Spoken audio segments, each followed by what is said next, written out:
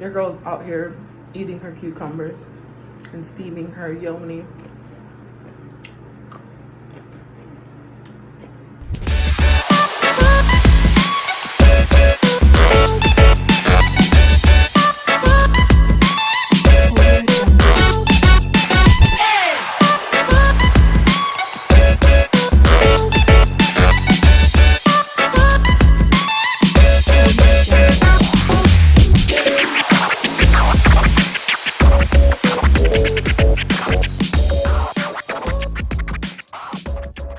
Okay, so when we're talking about Black women's health, so today I'm gonna steam my vagina, and I'm gonna tell you guys what I use, how I do it at home, how to make it cost effective, and yeah, so this is the stuff that I use right here. These are all the herbs that I use. I will go through them and tell you what they do, but there's lavender, there's ginger, there's lemon, there's all kind of stuff in here. So I will go through it and tell you what they're good for, how you can make your own. All you need is a small little pot here. I usually take about, again, mix it up because some of the stuff is like really thin. About a handful. If I feel like I didn't get enough, you see how like right there how it's a different kind of texture? Just grab a little bit of that, sprinkle it in there. Okay, so that's it. Okay, here it is with some water. It's not completely full, but I left about 1.5 inches there. I put it on 3 and I let it, you know, boil and simmer down until I could smell it in my house, which is about, give or take 10 to 15 minutes. But you want it to get a good steam. Okay, so I just use this one bowl and I set it in my toilet, which I'm gonna show you guys. My toilet is very shallow, so it does not touch the toilet water. If you want, you get a smaller bowl, whatever works for you. By all means, go ahead and do so. That's what it is. I put it there. I will pour the steam stuff in here. I will put the toilet seat down and I will sit on it just like that. So while my steam is on the stove, I'm gonna tell you guys the benefits of Yoni steams or V steams. I have my laptop here just in case I forgot something. But vaginal steaming promotes, you know, it's usually a herbal steam, and you can just steam normally with just like hot water. You don't really need to actually put anything in it. It's not a necessity, but if you do and you prefer it or you want to try it, here's the benefits. Here's what to put in it, and yeah. So it's a natural form of hydrotherapy utilizing a herbal-infused vapor, and in which you basically gently sit over it. It increases blood flow and circulation to the uterus and ovaries. It helps regulate your hormonal system, increase the thickness of the uterine lining, regulates the menstrual cycles, clears uterine congestion, supports recovery from delivery. So after you give birth, quick story, I was thinking about trying V steams and such, and I was like, and then my cousin had a baby, and my aunt like basically told her to do it for like 5 days after she pushed out her child, and it helped with healing. It helped with again, blood flow. So I was like, okay, cool, like why not try it? Like clearly there's benefits, and people in Asia and Africa have been doing it for years, so like why not try and see if there's any benefits? So the relief from period helps relieve from period complaints like cramps, heavy flow, bloating, and irregular periods. Helps increase fertility. What else does it do? Relieve menopausal symptoms, treat stress and depression, faster healing after childbirth, which is what I just said, and hemorrhoid relief. If you suffer from that, you might need this. Treatment of fatigue and headache. So it helps all of those things. So not just, I guess, vaginal things, but like, you know, overall body system kind of thing. A cleansed or refreshed uterus, cervix, and vagina, which keeps everything, again, refreshed. There was a site that I will link in the description that I use to decide the type of herbs that I wanted to use, what to put into the steams, and the benefits that they have. I will go over what it says here on the site. The benefits of each one, and yeah, so there's 5 different sections, and the sections are the 5 main qualities that you should look for in your herbal blend is steaming, cleansing, blood building, hydrating, disinfecting. So those are the 5 things that you need to look for. You can always buy a steam. Lots of companies sell them, lots of places sell them, lots of boutiques sell them. But you also want to know what's in it and is it going to benefit you as an individual. You don't want to just buy something that's made for everybody, because you're not everybody. Your body is not everybody.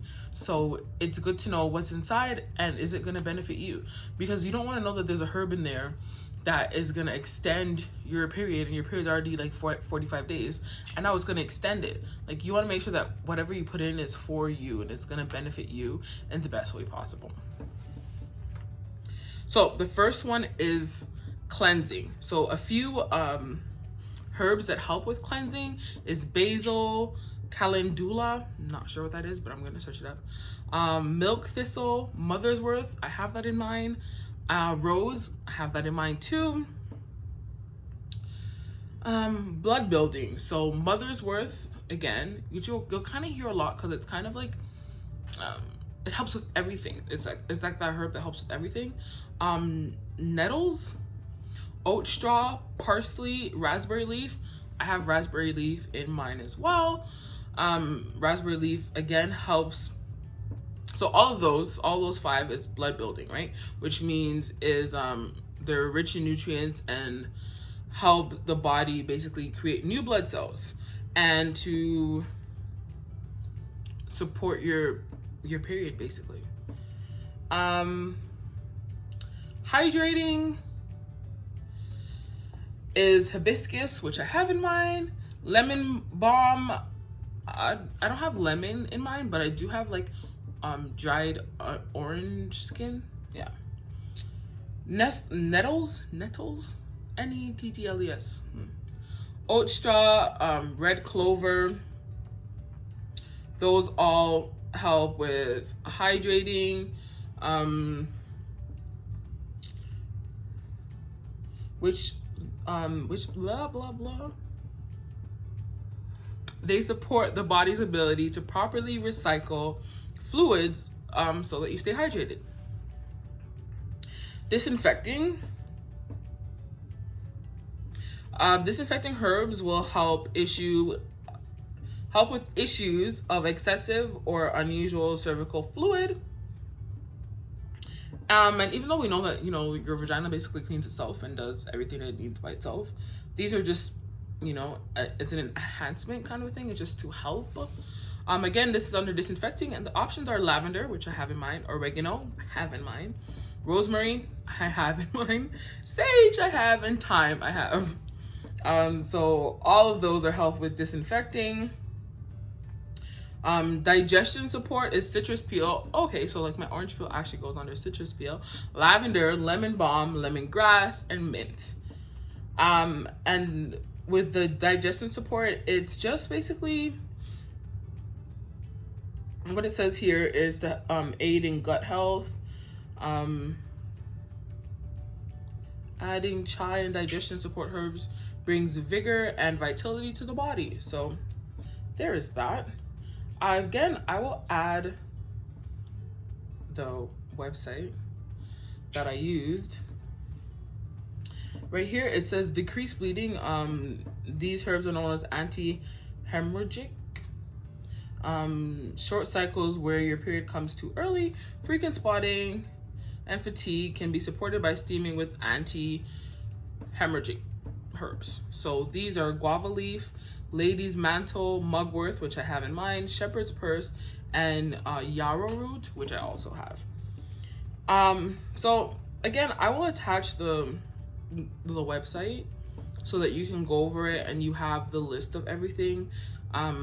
This website was cool because it kind of tells you I guess the options that you can put in, and it also has like a little recipe at the bottom. If you go down to the bottom, it will tell you what recipes they are. So there's painful period cramps, so there's a recipe for that. There's vaginal dryness, there's a recipe for that. There's missing period, and there's a recipe for that.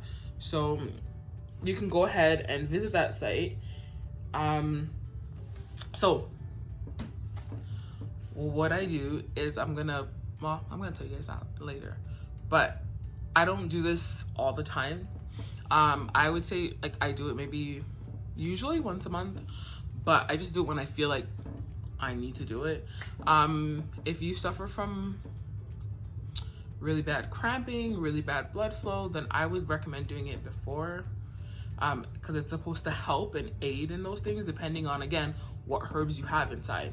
And you can switch up the herbs. It's not like mandatory to have whatever 5 herbs that you used before, because maybe you want to use 5 different herbs before your period and then like 5 after. It just depends. I do mine after just to cleanse and feel more clean, I guess.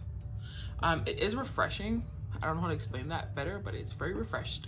Like you just feel kind of light and kind of brand new. I don't know. That's just me. I have on a long dress. I'll probably show you guys. I put socks on, so you want to keep the heat in as much as possible. So I have a long dress that goes down to the floor. I have socks on, and I usually put like a blanket or something over me to, again, keep the heat inside. But yeah, that's about it. Let's go steam. Okay, as you can see, you can literally see the steam coming out. I know how hot I like mine, so I put ice cubes in there to kind of cool it down, and then I close the lid to keep the steam in. If you don't know how hot you like it, you're supposed to let it rest anyways for 10 minutes. So you can do 10 minutes, sit, try it. You should know within 30 seconds or a minute what the temperature is when you sit down on it. And if it's not, again, add an ice cube or something to cool it down. Okay, quick tip. I always pee before I steam because, I don't know, when the steam gets up there, like all of a sudden I get this tingling sensation to pee. So I do that before I sit down.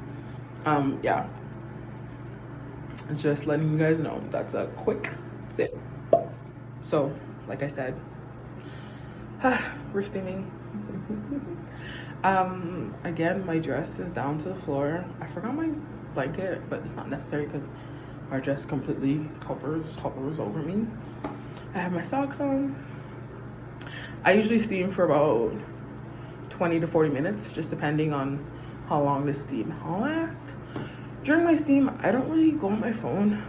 I try to basically meditate, you know, like just be in my steam, like just pay attention to that and that alone.